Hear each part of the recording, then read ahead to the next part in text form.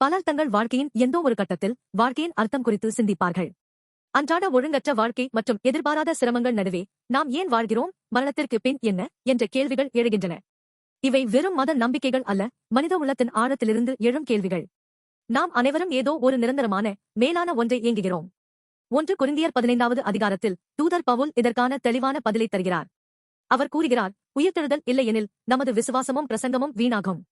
ஆனால் அவர் நமக்கு நம்பிக்கையுடன் உண்மை ஒன்றை விளக்குகிறார். இயேசு கிறிஸ்துவின் உயிர்த்தெழுதல் ஒரு வரலாற்று உண்மைதான். இது அவர் பெற்ற வெற்றியை மட்டும் அல்ல, நமக்கான நித்திய வாழ்வையும் நம்பிக்கையையும் காட்டுகிறது. இயேசுவின் உயிர்த்தெழுதலால் மரணம் தோற்கடிக்கப்பட்டது. இந்த நிகழ்வு மரணத்திலிருந்து நமக்கான விடுதலை மற்றும் நித்திய நம்பிக்கையை தருகிறது. அத்தியாயத்தின் 50 முதல் 58 வசனங்களில் பவுல் தனது செய்தியை நிறைவு செய்கிறார். அவர் கூறுகிறார், அழிகின்றது அழியாததை கடைசி பொழுதில் சுமக்க முடியாது.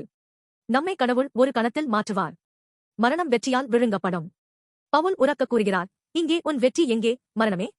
உன் முள்ளு எங்கே? இயேசுவின் வாயிலாக மரணம் நமக்கு மேலே அதிகாரம் வைத்திருக்கவில்லை. உயிர்த்தெழுதல் என்பது வெறும் கடந்த கால நிகழ்வல்ல.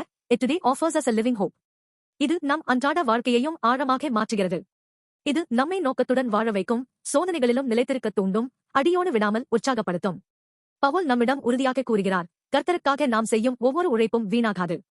இந்த செய்தி நம்பிக்கையாளர்களுக்கே மட்டுமல்ல, உயிர்த்தெழுதல் என்பது உலகம் முழுவதும் உள்ள ஒவ்வொரு நபருக்கும் அவர்களுடைய பயம், இழப்புகள் மற்றும் குழப்பங்களுக்கு ஒரு நம்பிக்கையாக இருக்கிறது.